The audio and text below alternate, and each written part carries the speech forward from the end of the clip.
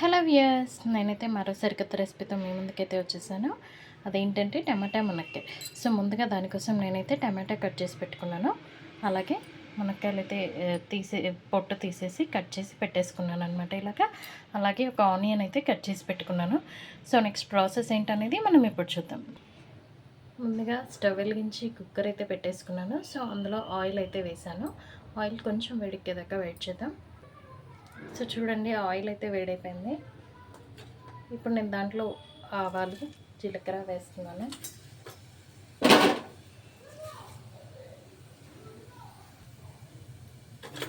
అలాగే కొంచెం శనగపప్పును అయితే యాడ్ చేస్తున్నానండి. ఇప్పుడు కొంచెం కరివేపాకుని అయితే యాడ్ చేస్తున్నాను. అలాగే ఆనియన్ కట్ చేసి పెట్టుకున్నాను కదా, అది ఇక్కడ యాడ్ చేస్తున్నాను అనమాట. చూడండి, అది అలా ఫ్రై అవుతుండగానే నేను ఒక 2 వెల్లుల్లి రెబ్బలు, అలాగే కొంచెం ఒక చిన్న అల్లం ముక్క కొట్టేసుకున్నాను. సో అది కూడా అందులో యాడ్ చేస్తున్నాను. చూడండి, అది అలా ఫ్రై అవుతుంది. ఫ్రై అవుతున్నప్పుడు కొంచెం కొత్తిమీరని అయితే నేను యాడ్ చేశాను.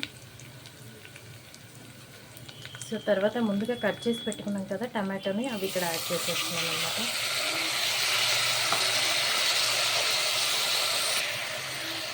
తర్వాత కొంచెం పసుపునైతే నేను ఇక్కడ యాడ్ చేస్తున్నాను. ఒకసారి కలిపేస్తున్నానండి. చూడండి, ఇలా కలిపేసుకొని కొంచెం సేపు అయితే ఉడికించుకోవాలి. టమాటాలు కొంచెం మగ్గాలన్నమాట. ఒక 2 మినిట్స్ జస్ట్ ఊరికే మూత పెట్టేసుకొని కొంచెం సేపు ఉడికించుకుందాము. చూడండి, టమాటాలు అయితే మగ్గిపోయాయి అన్నమాట. సో కంప్లీట్గా ఆయిల్ అయితే ఇట్లా బయటికి తెలుతుంది కదా. సో దీనిలో ముందుగా కట్ చేసి పెట్టుకున్న మునక్కాయలు ఉన్నాయి కదా, అవి వేసేస్తున్నాను అన్నమాట.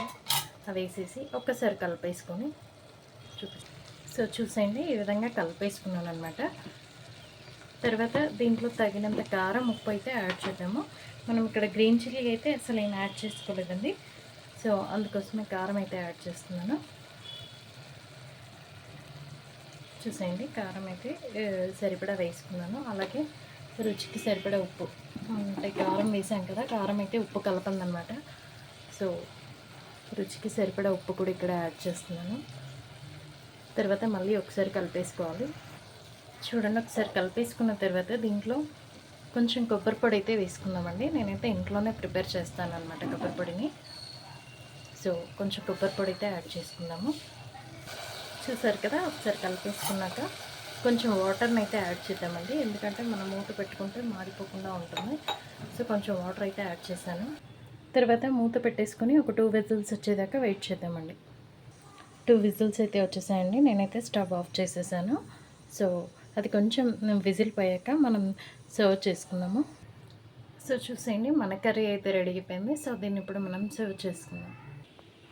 సో చూడండి, మునక్కాయ టమాటో కర్రీ అయితే రెడీ అయిపోయింది. చాలా బాగుందండి, కలర్ఫుల్గా.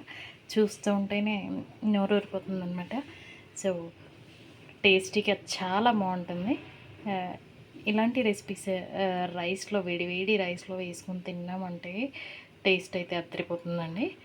సో ఇలాంటి రెసిపీస్ మీరు కూడా ట్రై చేయండి. మన రెసిపీ నచ్చినట్లయితే మన ఛానల్ని తప్పకుండా ఫాలో అవ్వండి, లైక్ చేయండి, ఫాలో చేయండి, సబ్స్క్రైబ్ చేసేయండి. తప్పకుండా సబ్స్క్రైబ్ చేయాలండి, ఎందుకంటే మీ సపోర్ట్ అయితే నాకు కావాలి. సో మన ఛానల్ కంటిన్యూ అవ్వాలంటే తప్పకుండా లైక్ చేసి, కామెంట్ చేసి, షేర్ చేసి, సబ్స్క్రైబ్ అయితే చేసేయండి. యా, థ్యాంక్ యూ అండి.